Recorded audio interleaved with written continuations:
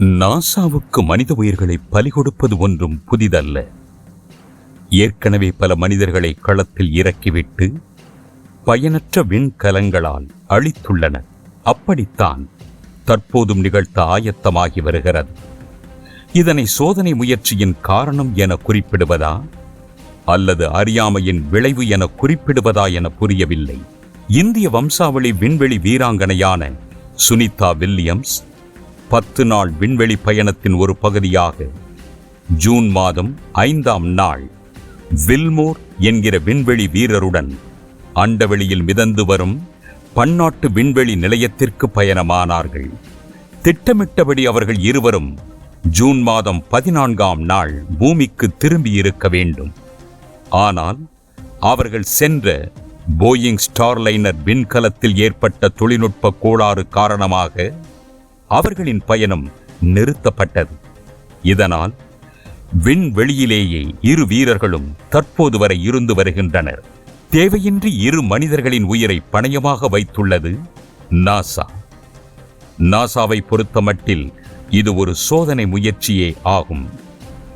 Sunita Williams மற்றும் Willmore இருவருமே சோதனை எலிகளாக பயன்படுத்தப்பட்டுள்ளதால் பெரிதாக அவர்களது உயிரை பற்றி நாசா கவலைப்பட போவதில்லை. தற்போது முயற்சி எடுப்பதாக தெரிவிப்பதெல்லாம் வெறும் விளம்பரத்திற்காக மட்டுமே. சுனிதா வில்லியம்ஸ் மற்றும் வில்மோர் பயணமான ஸ்டார்லைனர் விண்கலமானது நாசாவின் வணிக திட்டத்தின் ஒரு பகுதியாக போயிங் நிறுவனத்தால் உருவாக்கப்பட்டது. விண்வெளிக்கு மனிதர்களை அனுப்பும் இந்த விண்கலத்திற்கான முதல் விண்வெளி பயணம் இதுவேயாகும். பன்னாட்டு விண்வெளி நிலையத்திற்கு புறப்படும் சமயத்திலேயே ஏகப்பட்ட தொழில்நுட்ப கோளாறுகளை சந்தித்து பலமுறை பயண திட்டமானது மாற்றி அமைக்கப்பட்ட பின்னரே ஜூன் மாதத்தில் ஏவுதலை இவ்விண்கலத்தில் முன்னெடுத்தனர்.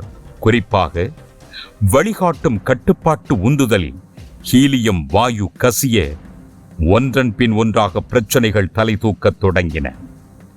அனைத்தும் சரி செய்யப்பட்டதாக தெரிவித்த பின்புதான் விண்கலமானது விண்வெளியை நோக்கி புறப்பட்டதாக சொல்லப்பட்டது.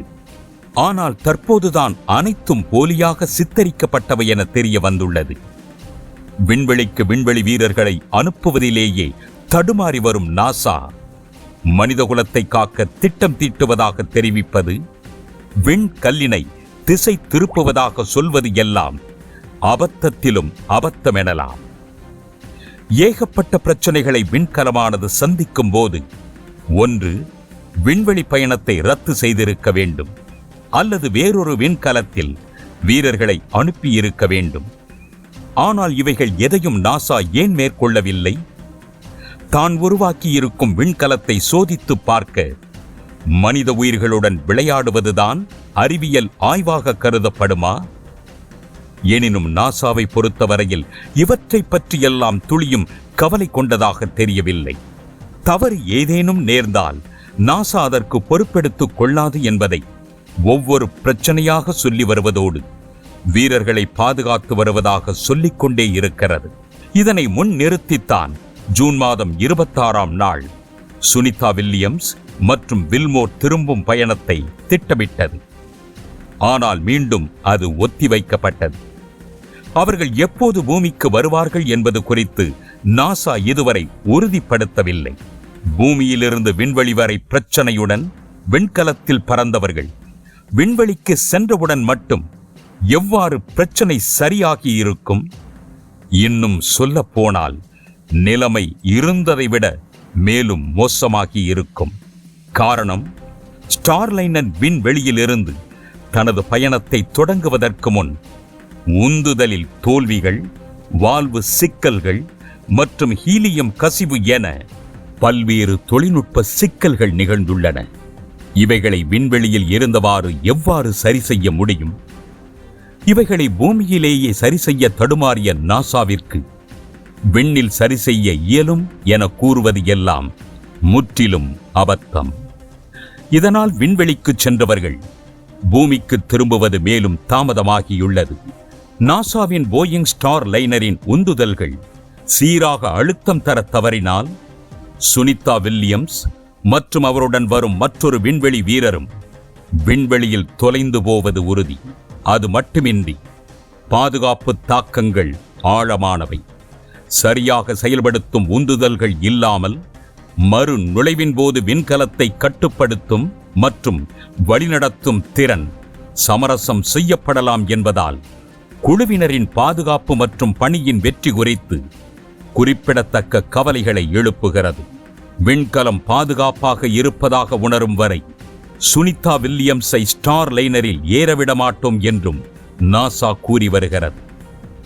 அதோடு திட்டமிட்ட நேரத்திற்குள் ஸ்டார் லைனர் பழுது பார்க்கப்படாவிட்டால் சுனிதா வில்லியம்ஸ் மற்றும் வில்மோர் டிராகன் என்ற விண்கலத்தில் வர வாய்ப்பு உள்ளதாகவும் நாசா தெரிவித்து வருகிறது. டிராகன் என்ற விண்கலமானது ஏற்கனவே வீரர்களுடன் கடந்த மார்ச் மாதம் விண்வெளிக்கு சென்றது. தற்போது பூமிக்கு திரும்ப அக்கலம் வரும்போது அதில் சென்றவர்களுடன் தான் ஸ்டார் லைனரில் சென்றவர்களும் வர வேண்டும் என்பதால் ஒட்டுமொத்த குழுவினரின் எடை, கலத்தின் தாங்கும் அளவு என அனைத்தும் சரிபார்க்கப்பட வேண்டும். இதில் ஏதேனும் தவறு நேர்ந்தால் அனைவரும் விண்வெளியிலேயே கரைந்து போவார்கள். எனினும் இதற்கு பின்னால் நாசா என்ன செய்ய காத்திருக்கிறது என தெரியவில்லை. அனுபவம் வாய்ந்த விண்வெளி வீராங்கனையான சுனிதா வில்லியம்ஸ் வழக்கமான பயணத்தின் எதிர்பார்ப்புடன் நாசாவின் போயிங் ஸ்டார் லைனரில் தனது பயணத்தை தொடங்கினார். இருப்பினும் சமீபத்திய முன்னேற்றங்கள் விண்கலத்தின் நம்பகத்தன்மையின் மீது சந்தேகத்தை ஏற்படுத்தியுள்ளது. காரணம், ஸ்டார் லைனரை சரி செய்து ஜூலை 2ஆம் நாள் பூமிக்கு திரும்ப திட்டமிடப்பட்டிருந்த நிலையில் ஸ்டார் லைனர் விண்கலத்தில் மீண்டும் ஹீலியம் கசிவு கண்டறியப்பட்டுள்ளது. இது சுனிதா ஸ்டார் லைனருக்கு திரும்புவதை மேலும் தாமதப்படுத்தும். அமெரிக்க விண்வெளி அமைப்பான நாசா இதுபோன்ற பாதகச் செயலில் ஈடுபடுவது இது முதல் முறை அல்ல. ஏற்கனவே 2003ஆம் ஆண்டு கொலம்பியா விண்வெளி ஓடத்தின் மூலமாக விண்வெளிக்கு பூமியிலிருந்து புறப்பட்ட இந்திய விண்வெளி வீராங்கனை கல்பனா சாவ்லா உட்பட 6 விண்வெளி வீரர்கள் பறந்த போதே விண்கலமானது பிரச்சனைக்குள்ளானது. ஆனால் மிதக்கும் பன்னாட்டு விண்வெளி நிலையத்துடன் விண்கலமானது இணைந்து பணியாற்றிய பின்பும் பிரச்சனைகளை தெரிவிக்காமல் மூடி மறைத்தது நாசா. மீண்டும் பிரச்சனையுடன் விண்கலமானது பூமியை நோக்கி வந்தால் விண்கலம் வெடித்து சிதறும் என தெரிந்தும் நாசா அப்படியே விட்டுவிட்டது. 2003ஆம் ஆண்டு பிப்ரவரி மாதம் முதல் நாள் கொலம்பியா விண்வெளி ஓடம் பூமிக்குள் நுழையத் தொடங்கியதுமே விண்வெளி ஓடத்தில் ஏற்கனவே ஏற்பட்டிருந்த பாதிப்புகள், வளிமண்டலத்தில் இருந்த வாயுக்களை ஓடமானது உள்ளிழுத்துக் கொண்டு விண்கலனை தடுமாறச் செய்து அமெரிக்காவின் டெக்சாஸ் மாகாணத்தின் மேல் நொடிப்பொழுதில் வெடித்துச் சிதறி விண்வெளிக்கு பயணமான 6 வீரர்களையும் காற்றில் கரைத்தது. இதுபோன்ற விண்வெளி அமைப்பானது எங்கிருந்து மனிதர்களை காப்பாற்றப் போகிறது? நாசா நினைத்திருந்தால் இப்படி ஒரு விபத்தே நடக்காமல் தவிர்த்திருக்க முடியும். ஆனால் அவர்களது எண்ணமே வேறு. இந்நிலையில் ரஷ்யாவின் உதவியை நாடி விண்கலத்தில் ஏற்பட்டிருக்கும் பிரச்சனையை சரி செய்து வீரர்களை மீட்கலாமா, அல்லது டெஸ்லா தலைவர் எலோன் மஸ்கிற்கு சொந்தமான ஸ்பேஸ்எக்ஸ் விண்கலமான க்ரூ டிராகனில் சுனிதாவை மீண்டும் கொண்டு வரலாமா என நாசா சிந்தித்து வருவதாக சொல்லப்படுகிறது. ஆனால் இது எதுவும் அதிகாரப்பூர்வமான தகவலாக இதுவரை அறிவிக்கப்படவில்லை. சுனிதா வில்லியம்ஸ் ஒரு குழு விண்கலத்தின் முதல் கலனில் பறந்த முதல் பெண் விண்வெளி வீராங்கனை என்ற வரலாற்று சாதனையை படைத்தவர். வெற்றிகரமாக பூமிக்கு திரும்பி சரித்திரம் படைப்பாரா என்பதை காலம்தான் விடையளிக்க வேண்டும்.